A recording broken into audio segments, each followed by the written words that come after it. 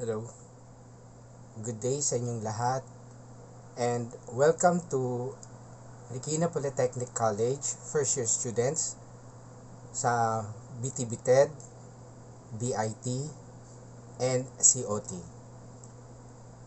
I am Mr. Virgilio Barcena, the current OIC Director for the NSTP department.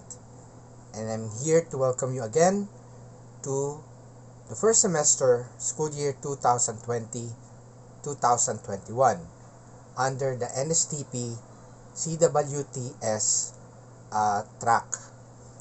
So let me tell you first about NSTP. Now, NSTP is enacted. Ito ay natatag sa pamamagitan ng Republic Act Number 9163. So ano ang sinasabi ng Republic Act or RA 9163?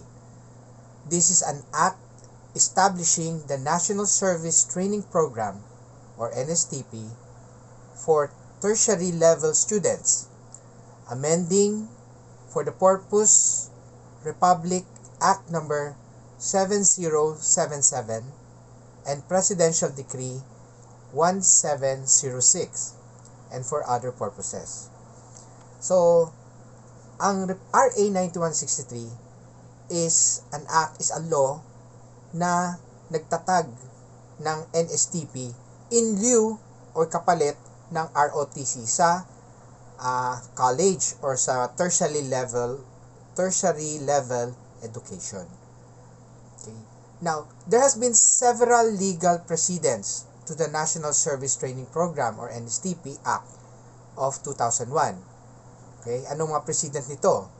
The Commonwealth Act Number One, okay, otherwise known as the National Defense Act. It was enacted by the National Assembly of the Philippines on December 21, 1935. It provided for obligatory military service for all male citizens of ages 18 to 30. So, sa pagkakabuo pa lamang ng Commonwealth Act ng 1935, may batas na kapag kayo ay male citizen ng Pilipinas and you are between 18 years old to 30, meron na kayong obligation, okay, to provide military service in the protection of our country, the Philippines. Then, nagkaroon tayo ng Presidential Decree 1706. Presidential Decree 1706, otherwise known as the National Service Law, was signed on August 8, 1980. So, panahon pa ni Marcos to. It made national service obligatory for all Filipino citizens and specified three categories of national service. You have your civic welfare service, law enforcement service, and military service. So, yun po ang ating presidential decree. So, naging mas matibay pa ang pagkakaroon natin obligasyon bilang citizen ng Pilipinas na maglingkod sa ating bayan. Maaari itong maging civic welfare, law enforcement, or military service. Okay. Now, under the Republic Act 7077, otherwise known as the Citizens Armed Forces of the Philippines Reservist Act. Okay, so siguro yung panahon ng mga magulang ninyo na nag-college o kaya sa high school, meron tayong CAT, Citizen Army Training, and you have your ROTC or the Reserve Officer Training Corps. Okay. Republic Act 7077, okay, known as the Citizen Armed Forces of the Philippines Reservist Act, was enacted by the 8th Congress of the Philippines on June 27, 1991. The Reservist Act provided for organization, training, and utilization of reservists, referred to as the Act as Citizen Soldiers. The primary pool of manpower for the reservist organization are graduates of the Reserve Officers Training Corps or ROTC, basic and advanced courses. So nung dati bago ka graduate ng college, first and second year, you have your military service 11, military service 12 sa first year, then you have your military service 21 and military service 22 for the second year. The moment you are enrolled in ROTC, reservist ka na. Okay? Reservist ka na kaagad. Naka-reserve ka as a soldier for the Philippines. When the time comes, you will be drafted. Pwede kang ipatawag. So, you cannot, unless you have a valid reason, health-wise, you are required by law to perform civic or military duty at that time. The NSTP is a service rendered to one's own country, particularly the Philippines, with its aim of enhancing civic consciousness. So dati walang ROTC, wala ring NSTP. But then later on, pinasok na nga itong NSTP so that students in the tertiary level can render to one's own country, to enhance civic consciousness and defense preparedness in the youth by developing the ethics of service and patriotism while undergoing training on its 3 programs. So what are the 3 programs?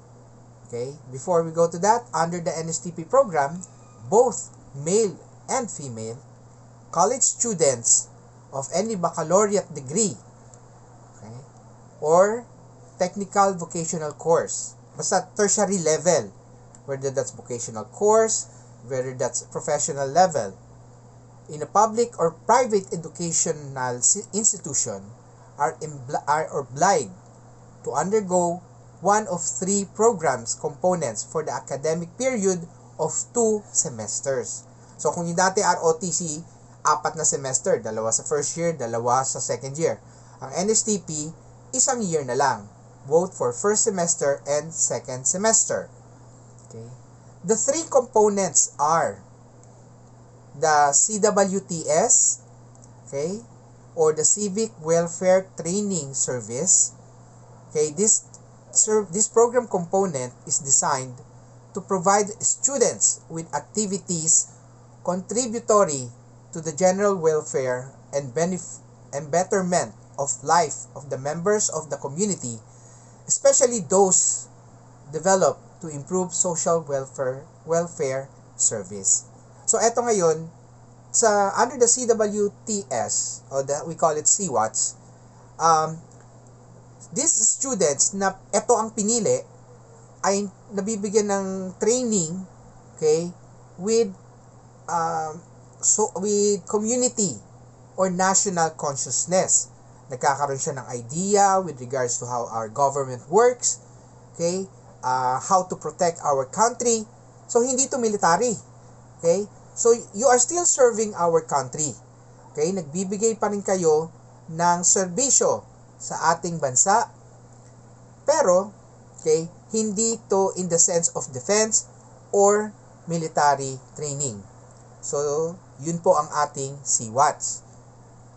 Then you have your LTS, the Literacy Training Service. This program component is designed to train students in teaching literacy and numeracy skills to school children and out-of-school youths. The hope is to continue learning on a peer-to-peer interaction. So the word itself, literacy training. So pwede kang under the CWTS, you develop a sense of civic service, sa community natin, sa government natin, sa paligid natin, sa iba't ibang barangay, iba't ibang localities. So you're providing civic services to them.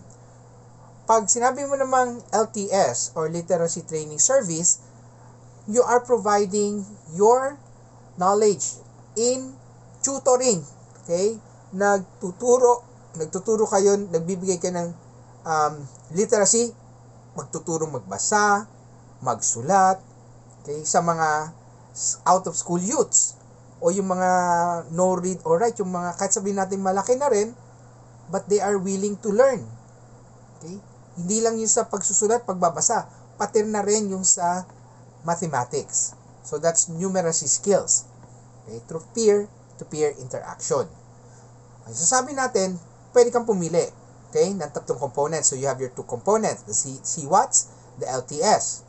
Okay? However, I would just like to inject that today, in this time of pandemic, the LTS cannot be possible because you cannot perform literacy training on a face-to-face procedure or process. So, bawal pa tayo mag face-to-face because of the pandemic. So, we are going to be focused only on the CWTS. So, I just would like to inform you that. Kasi, alam ko maganda, masarap sana kung tayo ay nasa LTS because you're not helping the community but you are helping the people itself to become literate. Okay? Na matuto silang magbasa, magsulat, magbilang, mag-add, yung mga basic knowledge. Yan. Kaso nga hindi pa tayo pwede dahil nga po sa pandemic. Okay. And finally, okay, the third component of the NSTP is the ROTC or the Reserve Officers Training Corps.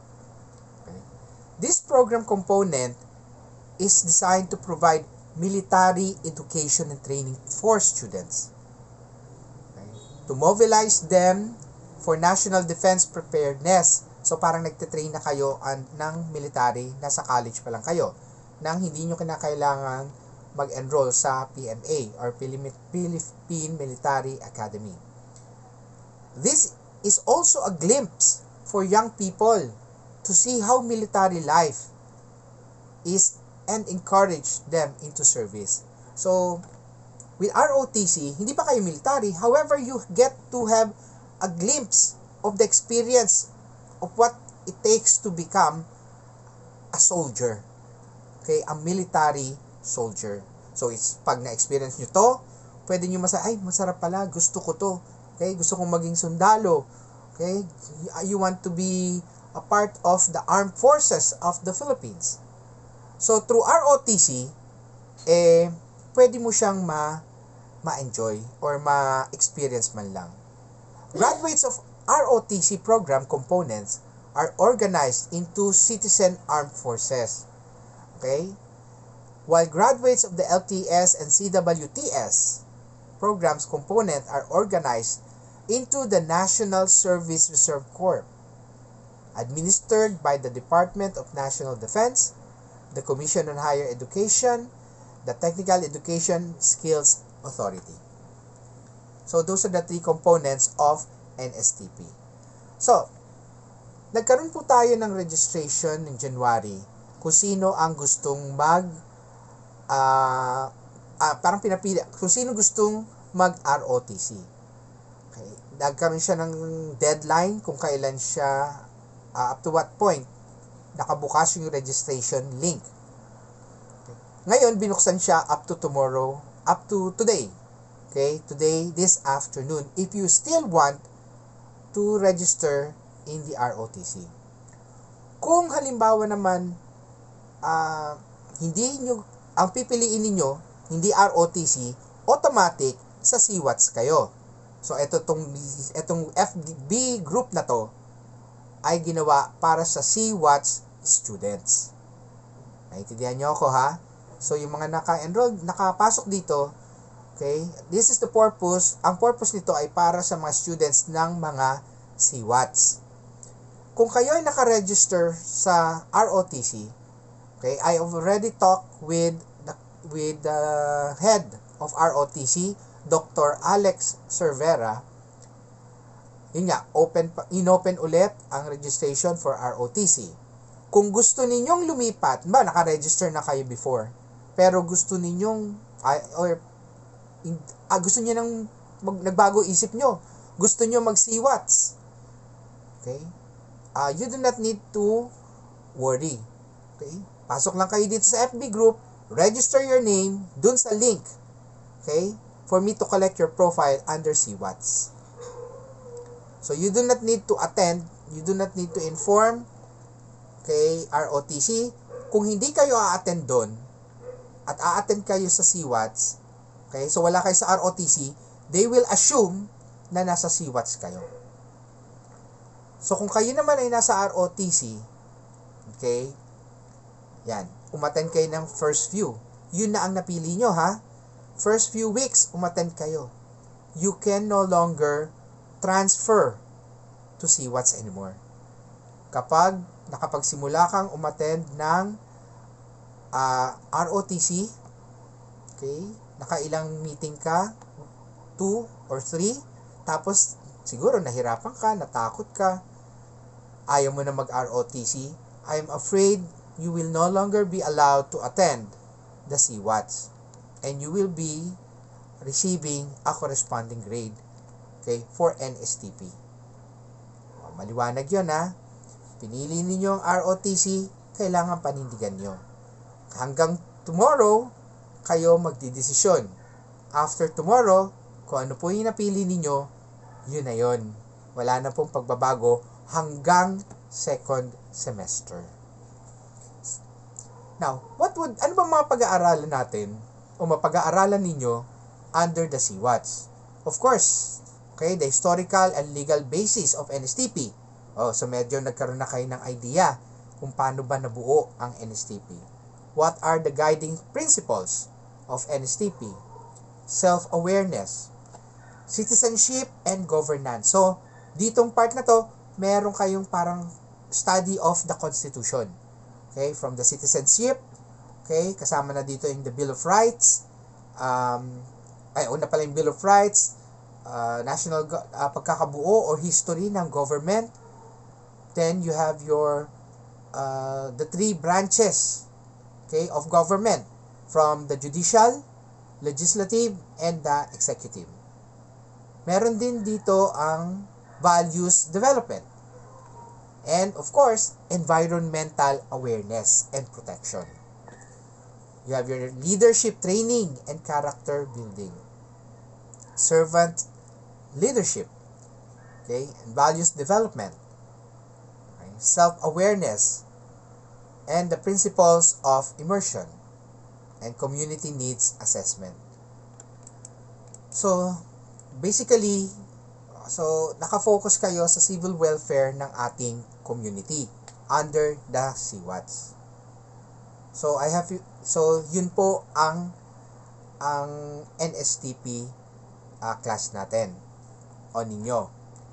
Now, ginawa ko tong FB group na to para ma-reach out hanggat maaari all the CWTS student. Okay. So, today, January 30, I'm giving you this orientation. February 6, you will be contacted by your faculty, your instructors, okay, so that you will attend. Bago mag-Saturday, bago mag-February 6, okay, pag na-finalize na po yung number of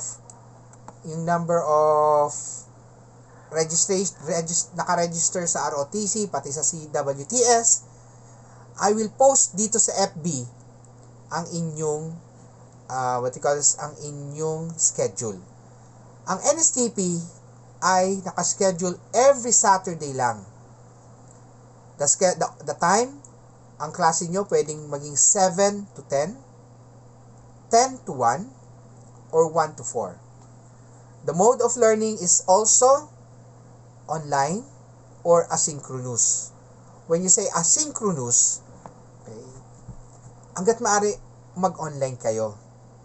Pero kung hindi kayo makapag-online, your instructor will upload do sa GC ninyo. You will be creating a GC, okay, for that subject. At mag-upload doon ng mga lessons para doon sa mga students na hindi makakapag-online. And again, you have to adhere to the different outputs that they will be requiring. So, I hope, okay, we could do better, okay, under this troubling times with this pandemic. Kailangan magtulungan po tayo. Okay? Try to understand and learn as much you can. How will you help your community? How will you be a contribution, okay, for the growth and development of our country? Okay. So if you have any problems, okay, any questions, okay, I am Mr. Virgilio Barcena. I created this FB group for you. Finally, okay, on February 6, okay, some classes ay meron na pong mga instructor, meron na po, but not all.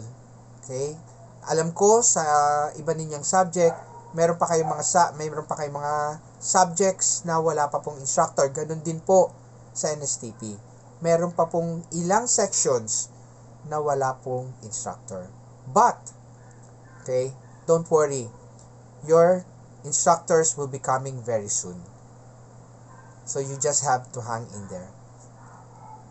So, again, this is Mr. Virgilio Barcena, or people call me Sir Dek, that's D-E-K, the OIC Director for the National Service Training Program, as well as the head of the Social Science and PE Department, welcoming you to NSTP-CWTS. Thank you. Stay safe.